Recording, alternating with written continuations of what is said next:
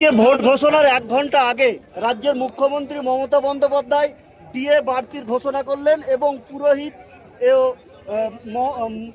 মুয়াজ্জিনদের ৫০০ টাকা বৃদ্ধি মানে ২০০০ টাকা করলেন। কি বলবেন? দেখুন, ব্যাপারটা হচ্ছে এই চমকের রাজনীতি মমতা ব্যানার্জি করতে সিদ্ধান্ত। এখন ৬০ লক্ষ ভোটাররা আতঙ্কে আছে, আন্ডার অ্যাডজুডিকেশন আছে। এই সমস্যার সমাধান করবে কিভাবে তার রাস্তা না বলে উনি ওনার ভোট ব্যাংক ধরে রাখার জন্য পুরোই সমাজের মানুষ, ইমাম মুয়াজ্জিন সাহেব, সরকারি কর্মচারীকে নিজের কাছে টানার জন্য কথা কাজ করলেন। আমি বারবার বলে আসছি, মমতা ব্যানার্জি স্বার্থের জন্য, তার গদি ফিরে পাওয়ার জন্য তিনি এসআইআর নিয়ে নাটক করছেন। আজকে তার জ্বলন্ত উদাহরণ তিনি নিজেই দিলেন। ধিক্কার, নিন্দা জানাচ্ছি মমতা ব্যানার্জির কাছে। মমতা ব্যানার্জির কাছে আমি আশা করছি, আবেদন করছি, আপনি আওয়াজ তুলুন। যতক্ষণ না পর্যন্ত ৬০ লক্ষ মানুষের এই বিষয়টা নিষ্পত্তি হচ্ছে, ভোট ঘোষণা করা যাবে না। আর যদি নির্বাচন কমিশন তার ক্ষমতার প্রয়োগ করে ঘোষণা করে ভোটকে বয়কট করবে। আচ্ছা, আপনি এই যে বললেন যে ভোটকে বয়কট করার জন্য রাজ্য সরকারের সঙ্গে ভোট বয়কটের সাথ দিবেন, তাহলে কি আপনি আইএসএফ এবং তৃণমূল কংগ্রেস জোট করছে? না, জোটের প্রশ্ন দিন আসছে না।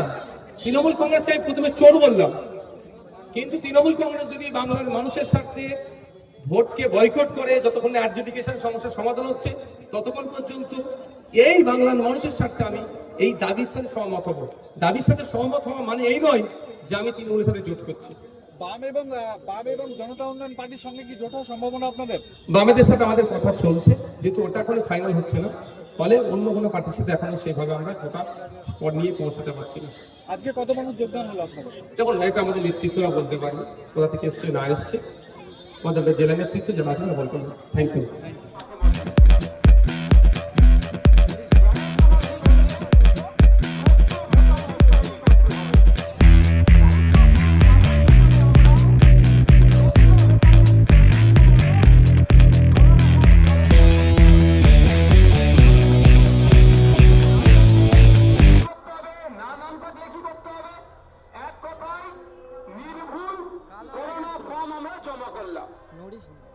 এই করোনা ফর্ম জমা পড়ার পরে আমরা কি দেখতে পেলাম?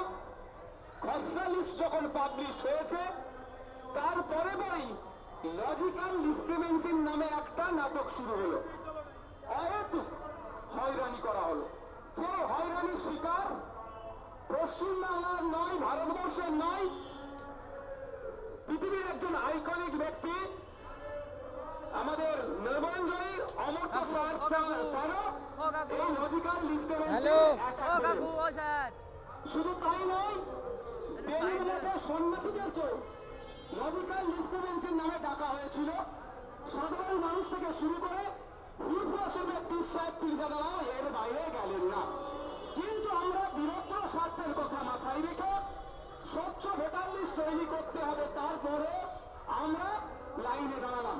আমাদের মধ্যে যারা মা জাতি আছে, তার সন্তানকে নিয়ে গিয়ে ওই লাইনে দাঁড়ালে, বাচ্চা আছে কোলে, ফিট করার মতো কোন পক্ষ না থাকার পরেও কিন্তু আমরা স্যাক্রিফাইস করলাম কেন? স্বচ্ছ ভোটার লিস্ট তৈরির জন্য। দেবে বক্তব্য দেওয়ার অনেক টাইম আছে, অনেক দেবে, আপনারা বসুন, বুঝতে হবে।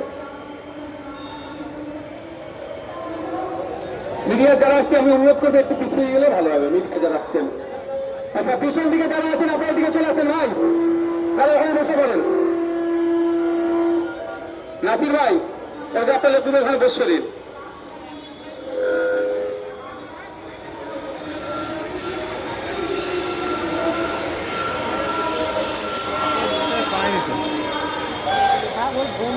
মিডিয়া যারা আছে একটু পিছিয়ে যান, আমাদের একটু অসুবিধা হচ্ছে। কুতুব ভাই,